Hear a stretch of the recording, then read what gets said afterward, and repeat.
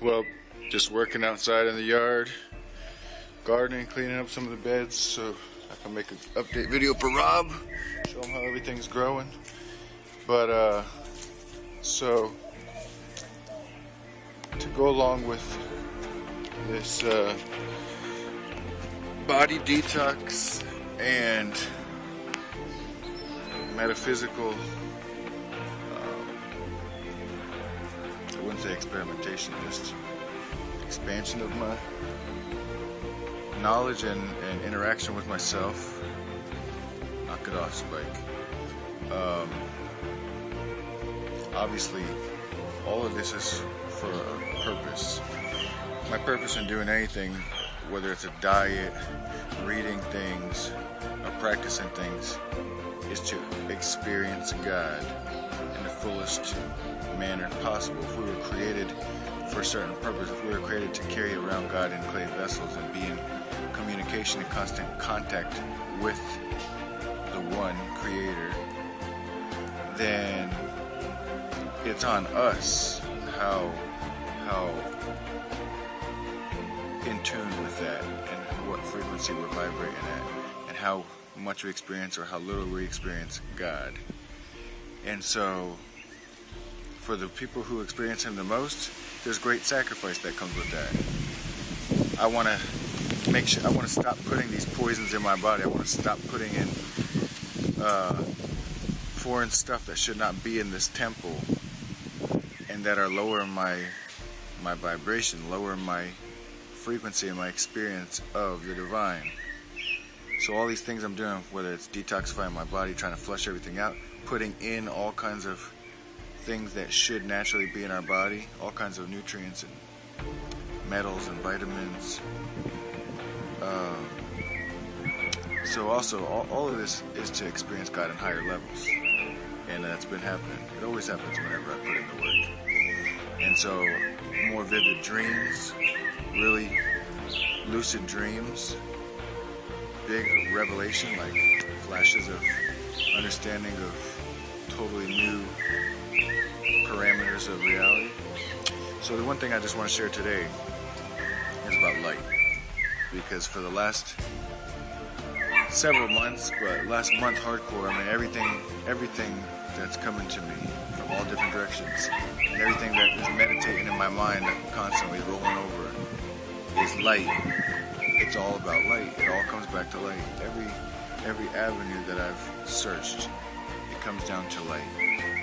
The very first thing in the Bible that is spoken into existence, the third sentence, let there be light. In the Bible, in the New Testament, Jesus says, I am the light of the world. I am the light of the world. You are the light of the world.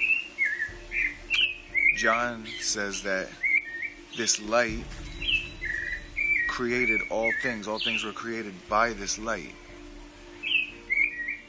Paul talks about, and John says that in this light is the life of men. Paul talks about the light. He had a conversion experience with the light. He was knocked off his horse by the light and had an interaction and conversation with the light. And he talks about that all things were created from this light, for this light, by this light, and to this light. So once again, it's all this stuff about light. And yet the average person who's a Christian or any kind of spiritual person, they don't really know what light is at all. I mean, it's almost, for people who don't like to take things metaphorically, want everything to be literal. But then when Jesus says, I am the light, they just automatically want to take that metaphor, but not think about the actuality of it. So, why? What is it with this light? What is light? That is the big question. What is light? Now, I'm going to break this down to you guys from three angles. Science, so you could be a complete atheist. My little dog is driving me crazy here. So you're going to be a complete atheist, and I'll break it down to you. Then, obviously, the Christian view. And I'm also going to throw in, I've been reading a book called The Four Agreements, the Toltec wisdom tradition. Toltec is an ancient, pre-Mayan, pre-Aztec, American Indian civilization culture, a very high culture, high level of civilization. and this is a different wisdom tradition. And just this first chapter of this book blew my mind. So, that being said, from a science point of view, light is electromagnetic energy. It is electromagnetic energy. Electro meaning electric, magnetic meaning magnetic. Electricity is both. It always has two polarities, positive and negative. One is electricity radiating out fire, like the sun radiating. The other is magnetism. It is an attracting force. But both are electric. Magnets happen because of electricity. You ever created an electromagnet in school for a project? Wrapping copper around something and then connecting a battery or a power source to it? It becomes magnetic because of electricity. And that's what the earth is. And so the moon, the sun, represents the electric aspect of light. It's radiating out of every star into the universe in every direction, and that light is creating everything. And then to represent the magnetic portion, the passive or female energy portion of light is the moon or the earth because of gravity, which is magnetism. The gravitational pull is magnetism. And so just like the earth is pulling us to it so we don't float away, and the moon is pulling the waters and the tides to it. Electromagnetic energy. And it's going back and forth between the space. The earth is actually radiating energy out. We're radiating energy out. And it's also pulling down. It's got gravity. Same with the sun. The sun's gravity has all of us pulled into an orbit or into a rotation. Dang it. And it also is radiating energy out. That light that's coming down to the earth here is what all life is coming from. All life is created by this light, for this light, to this light, living on this light, and needs this light to survive. So from a scientific point of view, it's electromagnetic energy, and it's radiating in every single direction. We're basically in a sea of light. Even the entire outer space is full of light, but it's not visible light. And so that's what we call dark energy, dark matter. And it's light that's not visible. And so that's what we're going to talk about right now. Light, in the scientific point of view, exists in what's called, I'm fighting with my dog here, exists in what's called wave-particle duality. When it travels in waves, just like the ocean. Waves of energy, invisible potential energy. It has the potential to change into matter and come into being and become anything whenever there's an observer or something there to notice it. So the lights that travel from the stars to us, there's nothing, it's just traveling in invisible waves all throughout space. There's no heat, there's no visible light, there's nothing, it's just invisible potential traveling. And once it enters our atmosphere is when it comes into being as light particles, photons. You can see light, you can feel it, it's hot, it comes in. That's all happening within our atmosphere. So light exists in both this thing called invisible waves, which is the wave aspect, frequencies, and then you have particles, the physical photons that bounce off of things and enter our eyes. That's what we see. It becomes physical light. So light in itself, electromagnetic energy, is both physical particles and invisible waves of potential frequencies of energy. And so if we know that scientifically exists about light, and light is where we must start, that's where the Bible starts, and that's what everything comes from and lives on and in, then we know that everything that is made up of this light must both have these two qualities. Must both have the qualities of physical particles and invisible waves, invisible frequencies of energy, which that's what thoughts occur on.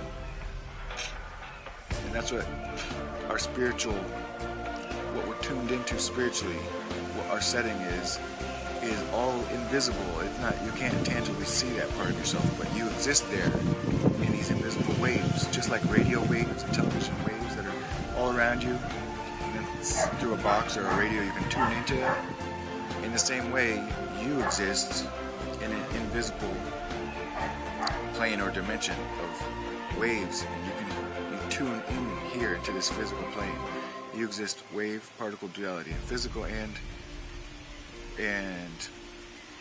waves, potential frequencies. And so I want to read you this. This is getting long, I'm sure. 10 minutes. I'm going to wrap up with this. This is the first chapter to a book called The Four Agreements. And basically, it's esoteric wisdom tradition from the Toltec Indians, which is like 1000 BC. And obviously, like most other spiritual traditions, it's been passed on orally for a very long time, and now somebody is putting some of these in a book. Now, this was very interesting to me because this is coming from a totally different angle than the Bible, talking about the same things. 3,000 years ago, there was a human just like you and me who lived near a city surrounded by mountains. The human was studying to become a medicine man, to learn the knowledge of his ancestors, but he didn't completely agree with everything he was learning. In his heart, he felt there must be something more. One day, he slept in a cave. He dreamed that he saw his own body sleeping. He came out of the cave on the night of the new moon. The sky was clear and he could see millions of stars. Then something happened inside of him that transformed his life forever. He looked at his hands, he felt his body, and he heard his own voice say, "I am made of light. I am made of stars." He looked at the stars again and he realized that it's not the stars that create light, but rather light that creates the stars. Everything is made of light, he said, and the space in between isn't empty. And he knew that everything that exists is one living being, and that light is the messenger of life, because it is alive and it contains all information. Then he realized that although he was made of stars, he was not those stars. I am in between the stars, he thought. So he called the stars the tonal, and the light between the stars the nagal. And he knew that what created the harmony and space between the two is life, or intent. Without life, the tonal and nagal could not exist. Life is the force of the absolute, the supreme, the creator who creates everything. This is what he discovered. Everything in existence is a manifestation of the one living being we call God. Everything is God. And he came to the conclusion that human perception is merely light perceiving light. He also saw that matter is a mirror. Everything is a mirror that reflects light and creates images of that light. And the world of illusion, the dream, is just like smoke, which doesn't allow us to see what we really are. The real us is pure love, pure light, he said. This realization changed his life. Once he knew what he really was, he looked around at other humans and the rest of nature, and he was amazed at what he saw. He saw himself in everything, in every human, in every animal, in every tree, in the water, in the rain, in the clouds, in the earth, and he saw that life mixed the tonal and the nagal in different ways to create billions of manifestations of life. In those few moments he comprehended everything. He was excited and his heart was filled with peace. He could hardly wait to tell his people what he had discovered, but there was no words to explain it. He tried to tell others, but they could not understand. They could see that he had changed, that something beautiful was radiating from his eyes and his voice. They noticed that he no longer had judgment about anything or anyone. He was no longer like anyone else. He could understand everything very well, but no one could understand him. They believed that he was an incarnation of God, and he smiled, and when he heard this and said, "It is true, I am God, but you are also God. We are the same, you and I. We are images of light. We are God." But still the people didn't understand him. He had discovered that he was a mirror for the rest of the people, a mirror in which he could see himself. Everyone is a mirror, he said. He saw himself in everyone, but no one saw him as themselves. And he realized that everyone was dreaming, but without awareness, without knowing what they really are. They couldn't see him as themselves, because there was a wall of fog or smoke between the mirrors. And that wall of fog was made by the interpretation of images of light, the dream of humans. So listen, as this guy says, the entire universe is one living being, and that being is what we Christians refer to as Jesus Christ, the firstborn, the light, the first of all creation, which all creation stems from, is the magnificent, infinite, and eternal light, the sun, the physical manifestation, the universe. It is Christ. It is Jesus. And that one being who is infinitely big, and we are infinitely nothing, non-existent, so small. We're being graced with the ability to raise our consciousness, become God conscious, become Christ conscious, to become conscious of what reality is, that God is all that exists, and that we are in God, depending on God, made of God, depend on God for our life, and all things are made of Him, of this light. And once you come to that awakening, and you see yourself for what you really are, nothing, and you see the one for what He really is, everything, worthy to be praised and worshipped. And you can come to a place where it's not even a separation between you and God, but you are one with God, because you realize you are made of Him. You are made of Him to express and experience Himself throughout Himself. It's deep.